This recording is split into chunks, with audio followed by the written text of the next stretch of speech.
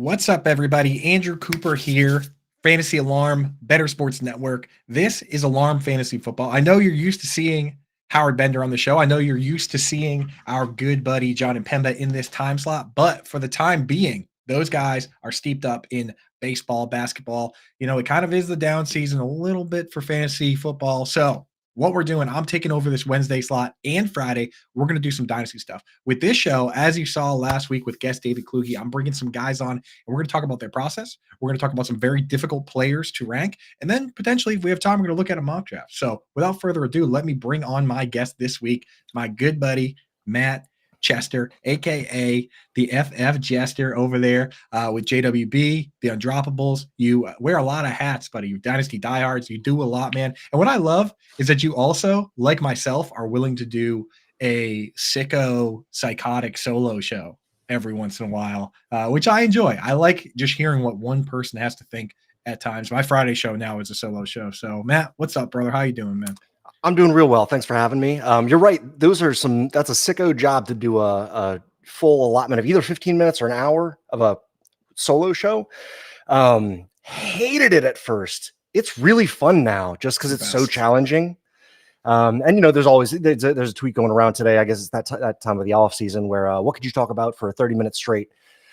A lot of things in the fantasy football space. You could say fantasy football as a header and then have so many subheaders under it. And this is the wind down season for fantasy football, but it's not the wind down season for dynasty, which is what I love the most. Right. And for 30-minute convos, I mean, I feel like you and I overlap a lot. We could do fantasy football. We could do a little real estate, right? Of course. I had you up here for Boston and Providence, and you definitely know your way around a party. So, yeah, thank you for that. That's a very comfortable couch and cool basement, man. That's awesome. Yeah, my dog Lufa misses you, buddy. I miss her too. That's my girlfriend. Yeah. Well, you going to come back up for Scott Fishbowl this year?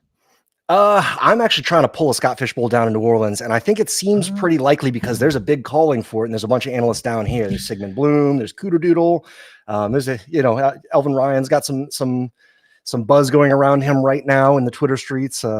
There's enough people to make New Orleans a really fun time for a Scott Fishbowl draft, so I'm pulling for it. Yeah, that'd be fun, man. Maybe I'll be able to make it down there, although I kind of am a staple here in the Boston community, so I feel like I got to be up here probably for that, but we'll figure something out. Anyway, here's what we're going to do today. Let's hit on some news real quick. Then I want to talk briefly about your process. We'll look at some players. And then after that, I want to pull up a mock. And the good news is you guys over at JWB, you got mocks going all the time, right? Like it's crazy how aggressively you guys do that, man. And it gives us a lot of content. So we're going to pull up one from JWB. But real quick on the news front, Super Bowl's coming up. Tell me, who do you think is going to win? Just outright. Forget the spread, forget the points. Who wins this game? I would say Mahomes and his hardcore elite wide receiver spread of Kadarius Toney, whoever else is over there. It's disgusting, but the Magic Man always gets it done. His record in the last 6 years is ridiculous. I think they've made the AFC Championship 6 years straight. Is that right? Yeah. And the Super Bowl, these are Brady numbers condensed as far as postseason with Pat Mahomes. And you can bet against everything else, but don't bet against that dude. Seriously, that's where I'm at too. I'm taking Mahomes here. And, I think that the 49ers have the better team, but at the end of the day, there's a reason the quarterback always gets the MVP. They always get the Super Bowl MVP. So I'm with you on that one. As for other news, Arthur Smith hired as the offensive coordinator of the Steelers. That's the big one, man. I know it's easy to make jokes and dog them, but I mean, is there any bright side here, or is it really? Do you really just believe that it's bad? It's a bad move, catching a falling knife, kind of by the Steelers. I think there are two things to look at here. One is, I almost, you had me give you a buy or a target for each position, and I almost put Deontay Johnson up there because his reception perception route tree is phenomenal. It's always been phenomenal. He's just been really, really unfortunate to not have gotten production from it. Now, he was the most touchdown scoring Steeler this last year, which is a lot better from his 0 touchdowns the year before. But the thing is, if he's not there, if he's anywhere else, he'll probably do a lot better. And I like the player. I hate the spot he's in. I hate the spot that he's been in for the last 2 years. I hate his I love his value if you're trying to acquire. Right. But the other thing that I like about Arthur Smith going to Pittsburgh is I think that he and George Pickens might get into a fist fight on the field, and that would be awesome. That would be great for us, right? I mean, So, once you're part of the media, like the more drama, the better. Like I love Arthur Smith, the Steelers. Great, gives us something to talk about, right? and that dude, I think is he 41 years old, Arthur Smith? Because he looks 60. Yeah, That was weird finding that out, wasn't it? it's very interesting, his whole thing, because like he got his first job directly out of college with the Washington, right at the time, the Redskins, and then you realize that it's like you look at the jump from grad student, like college assistant, straight to the NFL, and you're like, what the heck happened here? Then you realize that his dad owns FedEx, and his dad's a billionaire, and the Commanders play at FedEx Field, and all of a sudden you're like, oh, you know what? That door was about as open as it could have been for him to slide in there. Wow, I didn't realize that FedEx Field. That's crazy. That's the name of the field they play at. Yeah. So that, I mean, again, you can't necessarily dog him for that. He did work his way up from there to the level where he's been a high-end offensive coordinator and a head coach. But just, some people, in terms of the opportunities they get, you have to put 2 and 2 together on that one. More news here. Again, great news if you're a Lions fan. And that's the beautiful thing about guys staying, is that even if you were rooting for a guy like Ben Johnson to come be your head coach, or Bobby Slowik come be your head coach, he was never actually your head coach, so you can't be too disappointed, right? So it feels really good when those guys stay. Ben Johnson agreed to stay with the Lions. Bobby Slowik actually got more money to stay with the Texans at least one more year. Their contract next year, they'll be available again if they want to go do that. But I kind of like that. I kind of want to see these guys win and then go somewhere. So I don't know. What do you think about the Ben Johnson Lions, Bobby Slowik Texans? I love it. First of all, the Lions, I was really scared for all my Laporta shares and all the ARSB shares that I don't have, that I wish I did. Right. But their offense is so good, and it's so condensed, and it's so high powered. You really don't want to see that fall apart. And to get their offensive coordinator back is such a big boon. Who else is going back? Bobby Slowik. That's really exciting. Right. It's about building a culture, and when your offensive coordinator doesn't want to leave, that's so heartwarming and inspiring, right. Not just for fantasy football, but for the culture. After week 17 ends and there's no more fantasy football, and you get to just watch football as a pure sport like we did as children. Like you love to see that. And Ben Johnson and Dan Campbell, it's just a pleasure to have them in Detroit. And Brad Holmes, man, like the GM, like they treat him like one of the guys, which is so cool, because sometimes you picture the GM being like this guy in like a suit, like looking down from the rafters, being like, oh, like getting ready to squash these guys and trying to like stay disconnected from these guys. But you see Brad Holmes in the locker room, they're giving him game balls and stuff, saying this couldn't have happened without him. So I love that. They're not scared. I'm not scared of him being treated like the Marie Antoinette, let them eat cake. Like he's not that type of dude. He is in the trenches. That's fun. There are those dudes out there. Bill Belichick somehow manages to be both dudes, where he's the coach and the GM, and he's willing to cut you or bench you at any moment, right? But I think that's more out of fear, as far as the players loving him. I think that's more out of fear than a successful track record as a GM. Right. Yeah. No, for sure. Another one that you didn't mention that I'd like to is Mike McCarthy going to return? What's going on? What's going on with the Cowboys? Yeah. How's their coaching staff? I think Mike McCarthy is going to return. The most recent news that I heard, the most recent rumor I heard, was actually about Dak Prescott.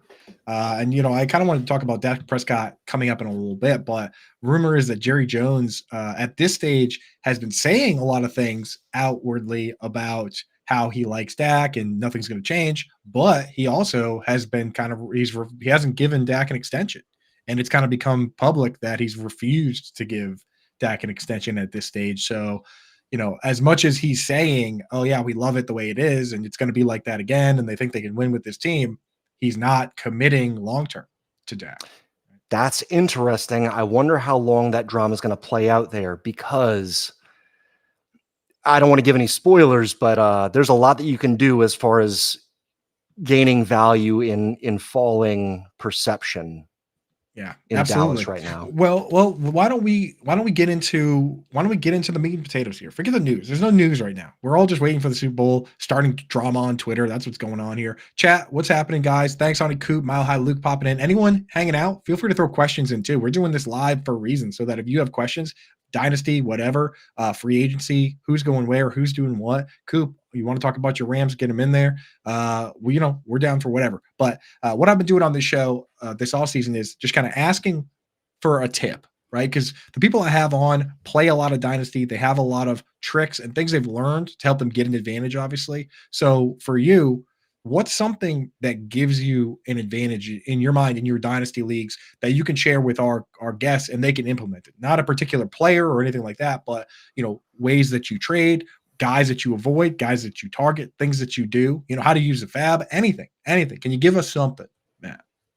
I don't know how much advice I can give on this, but I can tell you my personal play style that has treated me very well over the last few years is, you mentioned a few things, avoiding falling knives.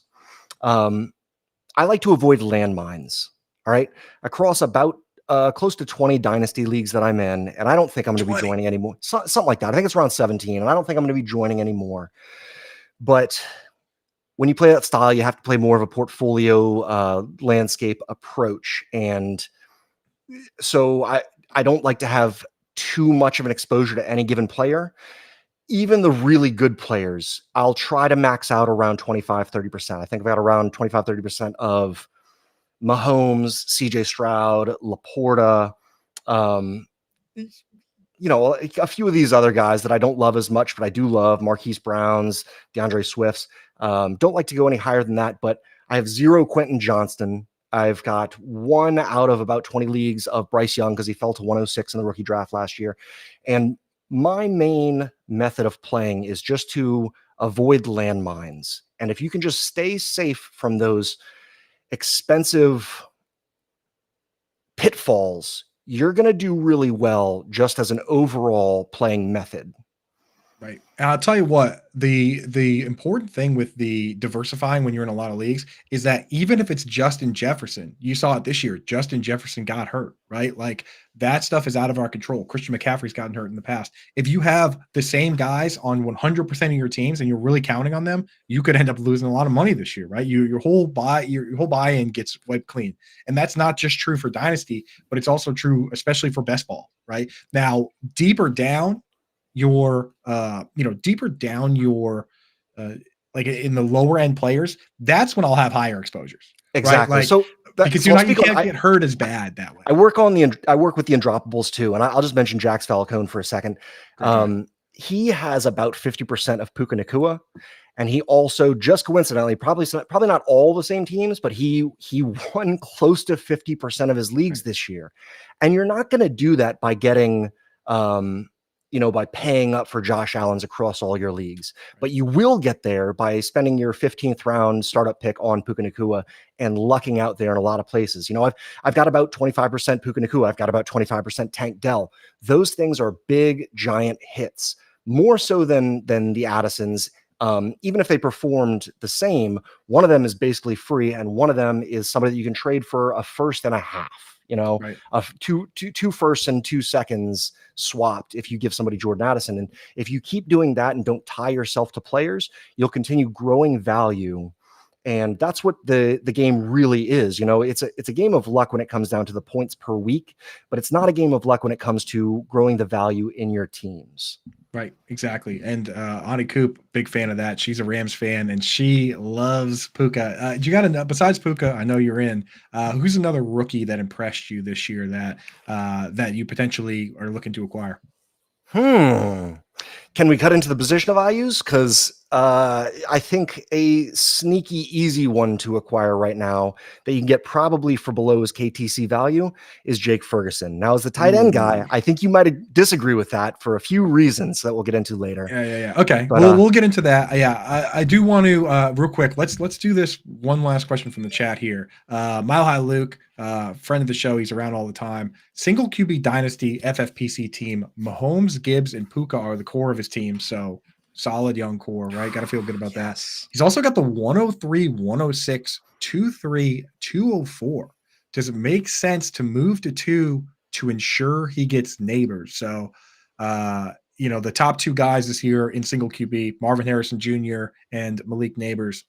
What would you pay on top of the 103 to get up there? Obviously, you're not going to give up Mahomes, Gibbs, or Puka, but I mean, does it make sense to give up the 2-3 or the 2-4 to move up there, or Sure. all the picks? Absolutely. It would make sense to give up one of those seconds to move up to 103 because in a single QB league compared to a super flex league, that's probably what, the 207, 208, 209, something like that. Those are all dart throws. You might end up with Tyjae Spears, but you also might end up with Tank Bigsby, and you don't know. But the difference between getting a rookie Brock Bowers and getting a rookie Malik Neighbors, you know how those rookie tight ends go. It's very shaky and sketchy. Yeah. And as much as I love them, I don't want to wait 6 years for an Evan Ingram style breakout, right? I don't want to wait 5 years for a DJ Njoku style breakout. And as the tight end guy, I want to hear you speak more on that. I've been kind of itching for a trade recently, and I got one sent to my inbox yesterday. In a Superflex league, somebody sent me their 106. And I talked to them about this afterwards, but they sent me their 106 for my Kyle Pitts straight up. That was an easy take because I had about 25% Kyle Pitts, and I wanted to lower that a little bit. I am not very excited about Brock Bowers, but if I need to, I'll get Brock Bowers at 106. But on the other hand, I just don't love that maneuver. Right. So for me, and I actually have a full write-up on this. If you Google Andrew Cooper Dynasty Rookie Tight End Concepts, it comes up. It's the top thing that comes up there. And what I did is I went through historically to figure out why rookie tight ends don't hit for the most part, and broke the full thing down. And it's because it's a two-pronged position. But the easiest way for me to explain it quickly is picture a race, right, with hurdles. You're doing a hurdle race, right? For wide receivers, any given team is going to have 2 or 3 wide receivers on the field for the vast majority of snaps. If a team runs a fullback like the 49ers or Dolphins, then maybe it's 2. But for the most part, these 3 guys are out there. So all you have to do is be one of the 3 best wide receivers on the team, and you're going to get an opportunity, and you're going to play the vast majority of the snaps where you can get the targets and you can earn the targets, right? So that race for the wide receivers has one hurdle, right? The hurdle is getting on the field. The race for a rookie tight end, the very first hurdle is that you need to be the best pass-catching tight end on the team. So if a Cole Kmet gets drafted into a room that has a Jimmy Graham in it, the thing is this: even if Cole Kmet's just as good as Jimmy Graham at catching passes, Jimmy Graham doesn't block well. So he's going to get that passing role, that pass catching role, and Cole Kmet's going to get stuck with the inside role. And you saw it with Dallas Goedert and Zach Ertz in Philadelphia. At a certain point, Dallas Goedert was just as good, if not better, at catching passes than Zach Ertz, but he was one of the best blocking tight ends in the league, so he got stuck in the inline role. So that's the first hurdle. You got to get over that hurdle first. After that, we know, based on statistics, that the vast majority of difference-making tight ends are top 2 targets on the team. So if you look around and that team has 2 wide receivers that are good at catching passes, that tight end has another hurdle that they can't get over, right? And then after that, you need to factor in all the other things that matter. The scheme, do they use the tight end to block, right? That's another hurdle. Is the quarterback good? That's another hurdle. That's why these rookie tight ends, in a lot of cases, the stars need to align perfectly. And that's what people didn't understand when they didn't like Sam Laporta, they didn't like Dalton Kincaid, is they didn't realize that the stars had aligned, that the stars did align, and they had the opportunity to clear all the hurdles, and they did. So those 2 players that you mentioned are really interesting. Laporta and Kincaid. I know you're really big on Kincaid coming into the season. I don't know how the Bills offense is going to line up come week 1. I know that Stephon Diggs has a lot of things to say about the team that he's on and the position that he's in the team right now. I know Gabe Davis is a free agent. I know that they traded up in the first round last year to take Kincaid. And I wonder what you think about Kincaid going into next year as far as where he'll be in that offense. And if he will rise, because he was good this year, but he started showing more on the back end. What do you think? Here's what it is, man. You're taking over this interview now, right? I'm supposed to be interviewing you. But yeah, no, for real though, I don't mind sharing it. I'll tell you what, another article for that purpose. And as Jack Sensen points out, said, congrats. This article that I'm about to mention was actually nominated, or I'm a finalist this year for the FSWA Football Article of the Year. So hope fingers crossed I win that. Last 2 awards I was nominated for, JJ Zachariason won both of them, but he's not a finalist for this award, so we're safe. We're marked safe from JJ. But with Dalton Kincaid, I love the player, right? I love him in Dynasty. I love his skill set. But here's the thing. And Anthony, thanks for popping in, dude. What's happening, brother? Always checking in, dude. That's my guy. I'll tell you this for Dalton Kincaid. He's not an exception to the rules. We need our guy to be a top 2 target on the team. So if they don't go out and replace Gabe Davis with a big name, and it's Stephon Diggs number 1, and we can project Dalton Kincaid to be the number 2 pass catcher out of the slot, then we're going to love him. If they go out and they add a Mike Evans or a Michael Pittman or a T. Higgins, then we're going to be off Dalton Kincaid because – if there's another player on the team that we project to get more targets than Dalton Kincaid, then I'm not going to draft him at ADP, and I'm not going to make exceptions for any player because the process is the process, and it's been right virtually every time. So that's the case on that. But enough about my tight end process and my stuff. I want to get your take on a couple players here. Chat, again, throw it out. If you want a take on a player, throw it in the chat, and I'll find a comparable player, and we'll make Matt compare 2 very close but difficult players in Dynasty. So without further ado, first one here. I know that you're a fan of these Cowboys players in Dynasty. You think that you had mentioned to me before that you think there's a discount. So for as far as great debates go, tell me, who would you rather have, Dak Prescott or Tua Tagovailoa? Both. If you go to sites like Keep Trade Cut or other industry pages, those guys very close, neck and neck on a lot of pages. So if you had to pick one, which one you got and why? I really hate that you're doing this to me because Tua is probably my most.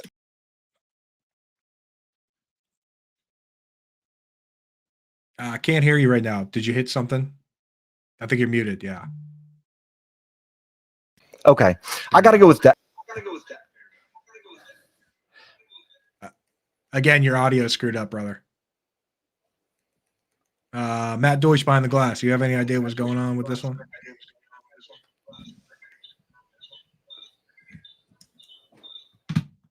Yeah. All right. He's got to jump out and come back in. So we'll hit him up on that one. Good thing is we got a question in the chat. Christian Kirk here. And again, for me, with tight end, you really need guys that have can be top 2 targets on their team so they can have top 5 upside. Unless you're in a league with multiple tight ends, you really just need one, right? In a 10 or 12 team league, if your tight end isn't top 5 or 6, it means you have a below average tight end. With wide receiver, we have a little more leniency, right? Christian Kirk is a guy that I'm kind of treating like Tyler Boyd, where when this team is kind of devoid of weapons, as the Bengals were for a couple of years now, he was easily capable of 1,000-yard seasons. Tyler Boyd had back-to-back 1,000-yard seasons. When they went out and they added Jamar Chase and T. Higgins, he went from being a full-time player to being a guy that only plays in the slot, right? A part-time slot guy.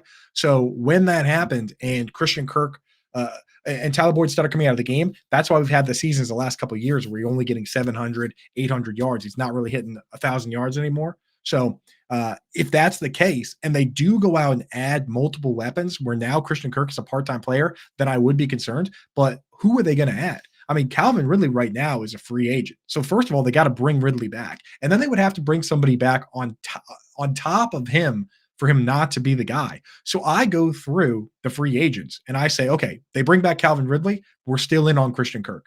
They would have to bring in someone better than Kirk on top of Ridley for him to not be fantasy relevant, which to me would have to be Michael Pittman, T. Higgins, Mike Evans, or the last name would maybe Marquise Brown. But even then, Christian Kirk versus Marquise Brown, I've seen it before. It was fairly even. So there's really not a lot of guys that they could bring in that would displace Christian Kirk. So I think Christian Kirk's about as safe as it gets, especially in full PPR. And yeah, exactly. The fill in for injury slot guy is perfect. If that's your wide receiver 4 or 5 on your dynasty team, you're happy about it because for bye weeks, for injuries, you got that guy in your back pocket and you just throw him right in there and he's so trustworthy, so there you go. But anyway, Matt, mic check. What do you got? Hey, can you hear me?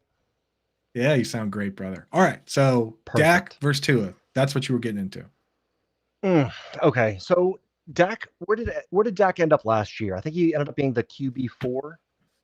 Yeah, he had a good season. For that's the thing is that people look back and they treat the Cowboys like the Cowboys are one of the few teams where no matter what happens, if they don't win the Super Bowl, everybody treats it like a complete disaster, right? So, I mean, the team did well. He ended up QB3 in right ahead of Lamar Jackson, behind Jalen Hurts and Josh Allen. So, threw 36 touchdowns, only 9 picks. So he brought the picks down. But again, and CeeDee Lamb was awesome. Tony Pollard was fine. Jake Ferguson was good. But at the end of the day, they turn around and they say, you didn't win the Super Bowl, so everything's a disaster. But I mean, what do you think, man? That's the way that it always is. Okay, Dak got injured 2 years ago. He had a down year the year before. And people don't respect the fact that he ends up as QB8 or QB4 every year that he's healthy. It's very efficient. They're getting their coaching staff back this year. They're going to get CeeDee Lamb back. They're going to get Jake Ferguson back. I don't know about Brandon Cooks. He was a very viable wide receiver too, in at least the best ball tournaments that you have. I don't know that they're going to find a better wide receiver 2 to replace him. But if they do, then it's only wheels up for Dak again. And Tua has 2 great weapons, maybe 3. All right. He's got Waddle, he's got Tyreek Hill, and he's got Mike McDaniel calling plays. If Tyreek does what he does again, Tua can end up where he was again. I think it was QB9 on the year, some spike 40-point weeks, a few down weeks of like 10 points. That's not very fun as somebody who rosters more Tua than anybody else in Dynasty. Right. Yeah. And they're pretty equal options. But I will prefer Dak because he has a higher ceiling, as he's shown over a few seasons. Right. And the thing I will say for Tua is that offense to fully be complete, like they have the left tackle, they have the fullback, they have the 2 wideouts, they got the running backs. They need a tight end, right? Like from 49, the 49ers have George Kittle. That's the offense they're trying to set up. The Texans run the same offense. It's the same group of people. They went out and got Dalton Schultz, right? When you look at the free agent tight ends, there's not a lot out there, man. Dalton Schultz is a free agent, but the Texans are probably going to bring him back. And after that, we're talking about like Hunter Henry. Like the Dolphins should overpay Hunter Henry, in my opinion, if they can, because they got to get somebody. And it's like Hunter Henry, Noah Fant, Gerald Everett. There's not a lot of 2-way tight ends out there, right? And they need a 2-way tight end. They chose Durham Smythe over Mike Gesicki for blocking purposes. So I don't know, man. And that's why I'm with you that I think I have Dak ahead. It's so much easier for them to go out and add a wide receiver 2 than it is for the Dolphins to go out and find a tight end that can both block and catch passes, So I'm with you on that. And I'll tell you what, the rankings for both Dak and Tua on early best balls, I go over to Underdog, right? Which Underdog actually just opened their best ball leagues. If you go over there, use promo code ALARM, they'll match 100. Oh, look at that. Matt Deutsch. We're always ready to rock with the promo code and the QR code right ready to go. There you go.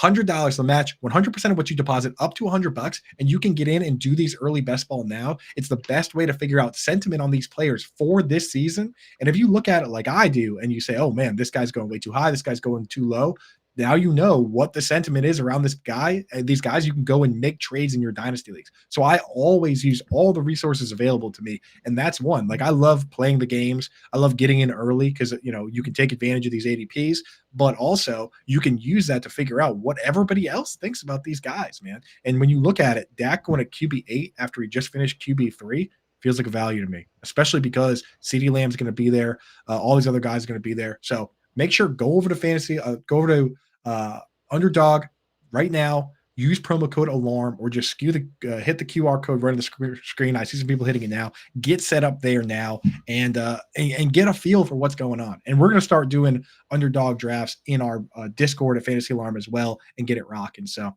there you go, folks. But yeah, I'm with you on that, man. Let's jump over to running back. And I know that you've been a fan of this guy for a long time, Mr. Javonte Williams.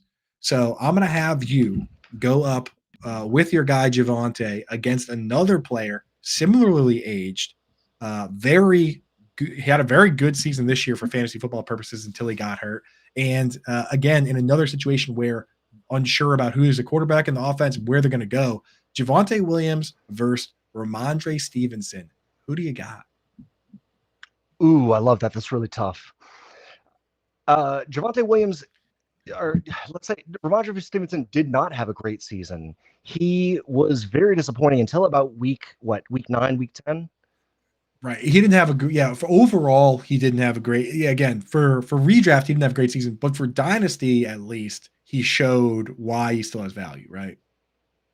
Okay, for sure. You also can't really count these dynasty running backs for more than a year or two, just because it changes so much year to year. We don't really have any standout running backs coming into the draft from college this year. What we do have is Javonte Williams, who underperformed this year compared to what we wanted from him when he came into the league. He's very good. His forced tackles missed is one of the highest in the league. He didn't overperform this year, but he also came back from a massive slew of injuries, and people are not remembering that we probably should have discounted him this entire year. Now, Right. He started playing immediately, and he didn't overperform immediately, and we discount the injury discount, and we shouldn't. And this year, when he comes back, he's going to be completely healthy. Samaje Perine faded towards the end of the year. I don't think Julio McLaughlin is going to be somebody that Sean Payton wants to lean on particularly. Jerry Jeudy's probably gone and just doesn't perform. Courtland Sutton is the apple of Russell Wilson's eye, but I don't know if Courtland's going to be back. I don't know if he's going to have chemistry with the new quarterback. I don't think that quarterback is going to come back. I don't know what they're going to do on offense, but I do know that they have one stud, and that's going to be Javonte Williams. Yeah, so take the discount that people ignore from injury and pretend like it's this time last season, but he's twice as cheap. Yeah, this time last year, like before the injury, especially on very reactionary sites like Keep Trade Cut, and some of the the threads out there, obviously Twitter and Reddit more reactionary than we see just composite rankings, but people were ranking Javonte Williams as like as running back 2, 3, 4 in dynasty, and now I see him down at 15, 16. I mean, unless you think this guy suffered nerve damage or some sort of permanent knee issue, why wouldn't we kind of have him creeping back up to the levels that we thought he was at before? Right? He's not even 24 years old yet. He's squarely in the age apex for running back. So I'm with you on that. And the thing with Rhamondre Stevenson is there's so many moving parts right now with the Patriots. Brand new coach, all new coordinators, brand new philosophy. We have no idea what that's going to be like, but we do know that Sean Payton and Joe Lombardi love throwing the ball to the running back. Like we've seen that the sample size of that is massive, right? Like you live down in New Orleans. You saw the time in New Orleans. We all saw Joe Lombardi, both with the Saints and with the Lions and with the Chargers, throw the ball to the running back a trillion times. Yeah, with Austin Eckler. But people forget with the 1 year he was calling plays for the Lions, he threw the ball to the running backs combined 152 times.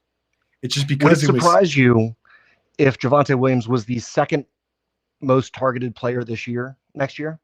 On the team? No, not at all. I mean, there's arguments to be made, especially if Jerry Jeudy's not panning out and things have been pretty ugly. Especially if Jeudy's gone, I mean, who are they going to bring in? They already have Sutton, who is the split end, and for the first time like ever, all the best wide receivers are split ends in free agency. Usually, it's hard to find these big dogs. They don't hit free agency, but this year we have Mike Evans and T. Higgins. Those guys all do the same job as Courtland Sutton, right? What they need is a smaller guy that operates in space. There's not a lot of those guys becoming available. So I don't know. I think they're going to have to lean on what they already have over there. So I'm with you on that. Javonte is my guy. Especially if you want a really cheap anchor RB. He's going in the 7th round of startups. I think he's RB 16, and KTC has him ranked as an early second.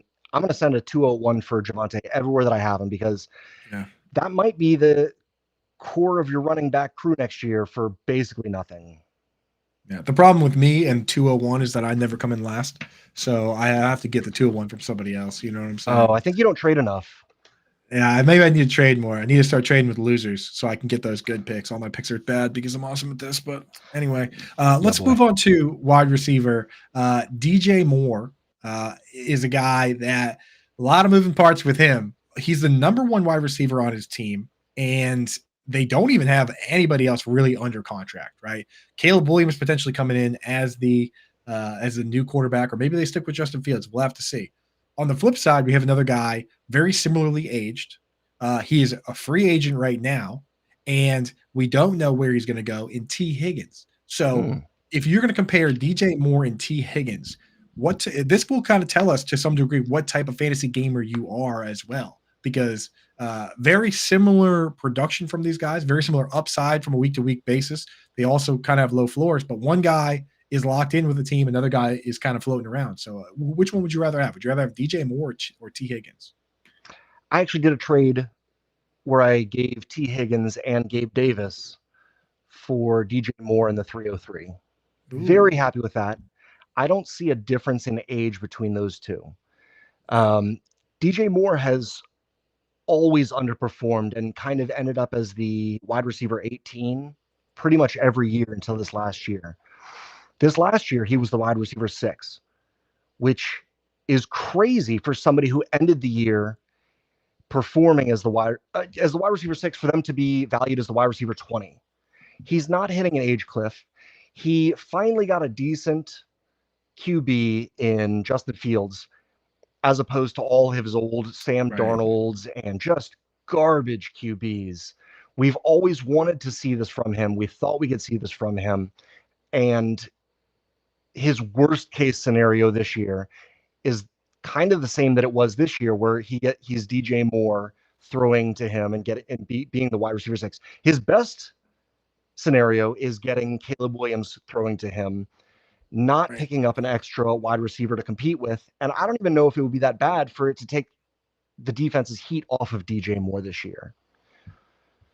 Yeah, I don't think there's anybody you could really add that would overtake him in terms of targets, right? I guess maybe if at pick 1, there's maybe an argument to be made that Marvin Harrison Jr. over the long term would be a problem if they were to trade down or take him at 1. But even then, for year 1, DJ Moore is going to get more targets than the rookie, like no doubt in my mind. So the only concern of like if Caleb Williams busts, then DJ Moore would officially be the most unlucky player there's ever been in terms of quarterbacks. That's very true.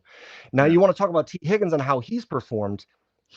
He's had kind of the same career arc through DJ Moore's first 5 seasons, where he's way better than the wide receiver 18, but he's never actually been the wide receiver 18.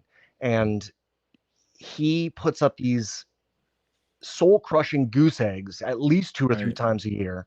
And I don't know what the deal is with that, but I'm really tired of it as an overexposed to T. Higgins dynasty manager. My concern for T. Higgins, and this was a concern I had for a guy like Calvin Ridley.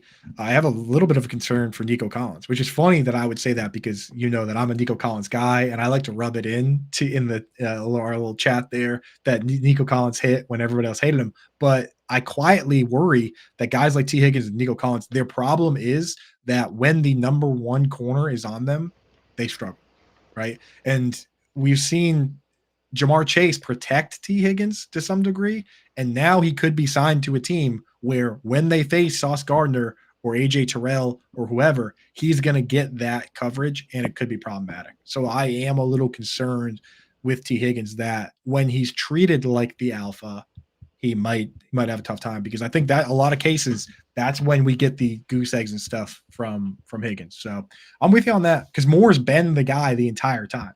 And he's faced the top corners and he's been fine. So, yeah, Anthony points it out. Not true. I didn't want to steal Matt Kelly, the Podfather's term, fake alpha. I also think it's kind of mean to say fake alpha, but I kind of am saying it a little bit. You know, Kenny Golladay was a good example where it was like, you know, once the situation wasn't perfect, it turned bad really quickly. So I do worry about T. Higgins. All right, last one here, and then let's take a look at the mock draft. I want to ask you, and this one I'm bringing up specifically because I know you like this player, and I don't particularly like this player. So let's go with Jake Ferguson, and let's compare him to a guy. Let's see. You know what? In the chat, we've had some Cole Kmet talk, and Ferguson and Kmet are kind of a similar age. They're both top 2 targets on their team. So who would you rather have, Ferguson or Kmet? Wow, I wish you didn't do that to me. I know. Well, they got to tough. be at least kind of tough. They got to be at least kind of tough. Okay. Man, I don't even know how to begin this. I'll tell you this.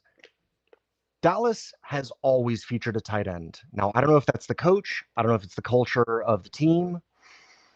But Kmet is probably, I expected him to be much more expensive than Ferguson. Is that not the case?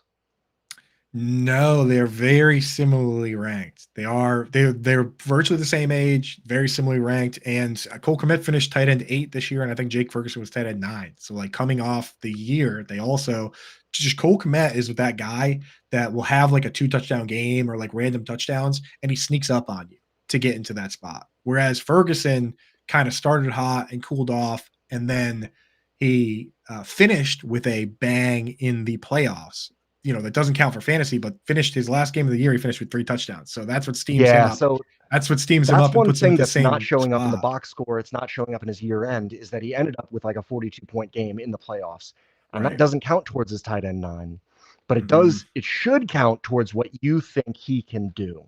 Perceived value. Yep. So that's what puts them in the same range here. So it is a tough comparison, man. And I'll tell you what, just to give my take on it, the reality is that if one of these teams adds a high-end second wide receiver in free agency, that's going to move the needle for me enough that I would move one ahead of the other.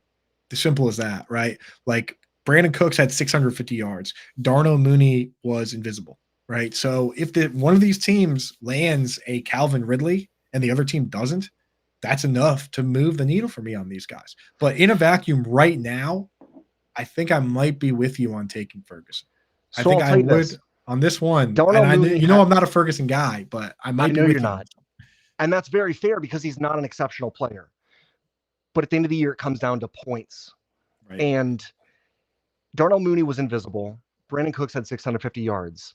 I think that there's a lot more of a likelihood for there to be a wide receiver 2 coming in to supplant Cole Kmet than there is to be a wide receiver coming in to supplant to be the second pass catcher on Ferguson.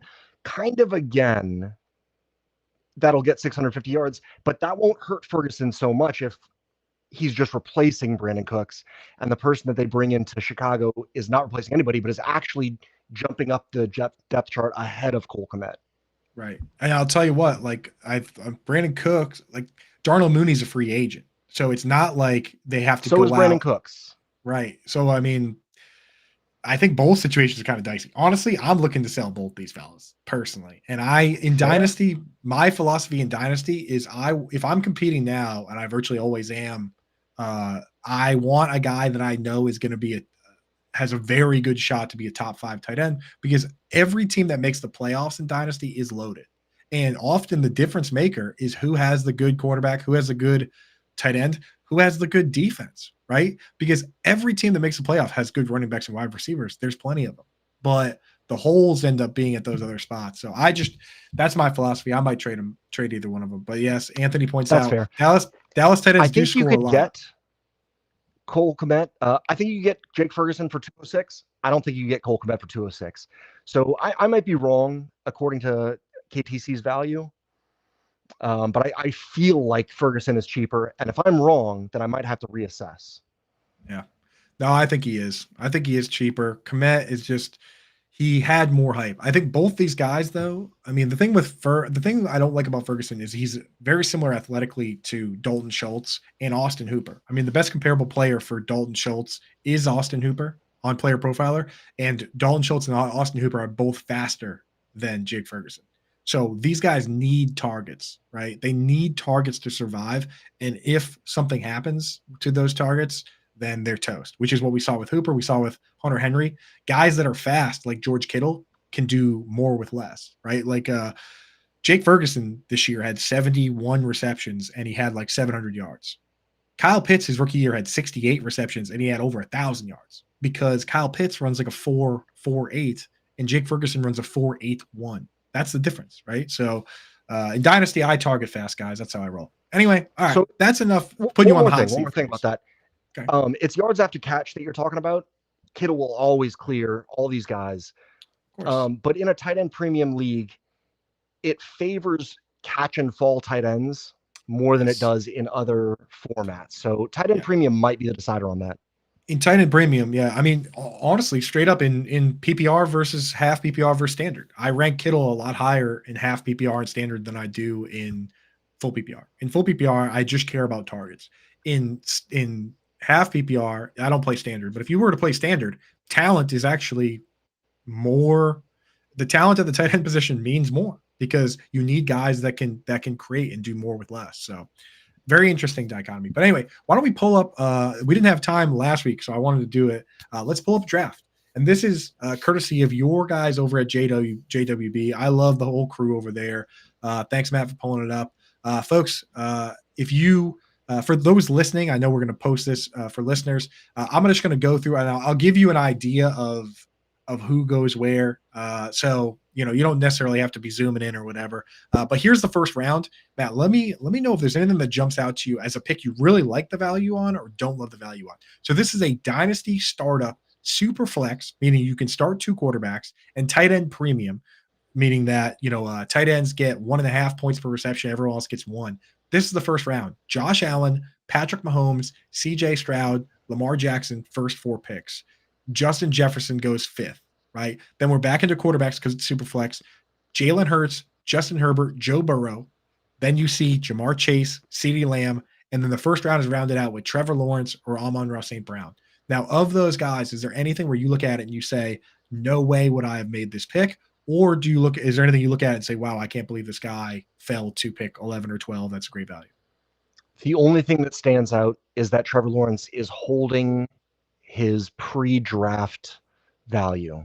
Right. He's actually gone up since he came out in the first year, and I think I got him in the early second. I don't know how he's gained value since then. Yeah, other than that, I'm pretty happy with the first round.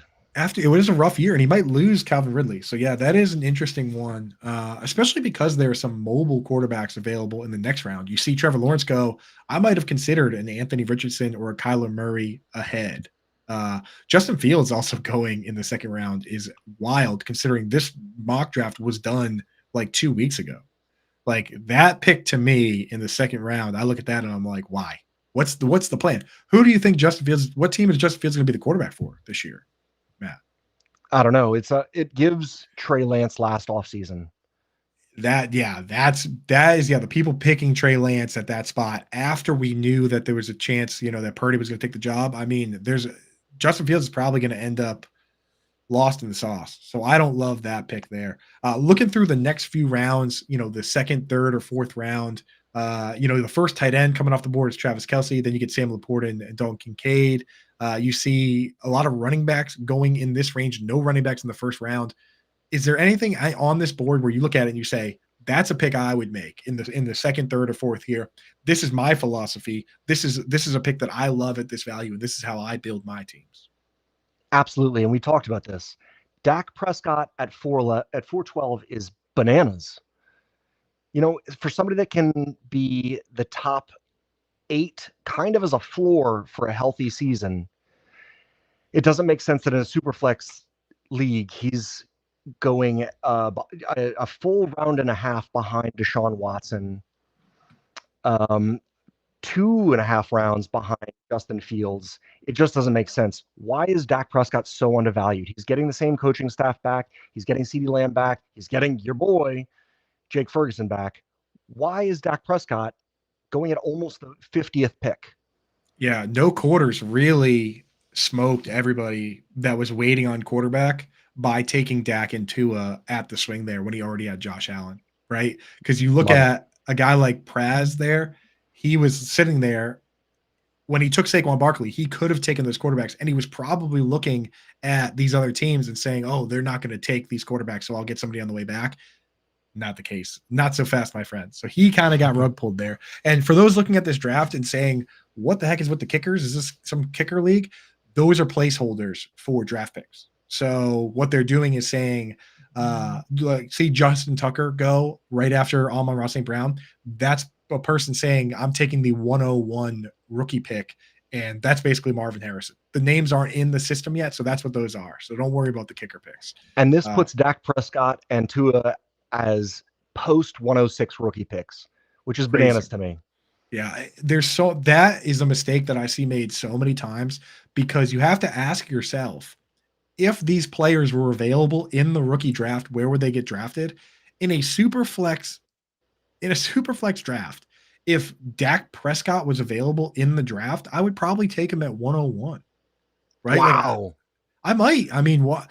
Like, who are you going to take? Marvin Harrison? I mean, we don't know what's going to happen. Yeah, I might take Marvin Harrison, but you have to consider. Caleb, but after that, I might. I mean, the thing is, you don't know for sure what Caleb Williams is going to be. Like these guys, Tua, like these proven commodities, right? Like Tyreek Hill and like Chris Olave, Jahmyr Gibbs. This person is putting the 102 ahead of Breece Hall.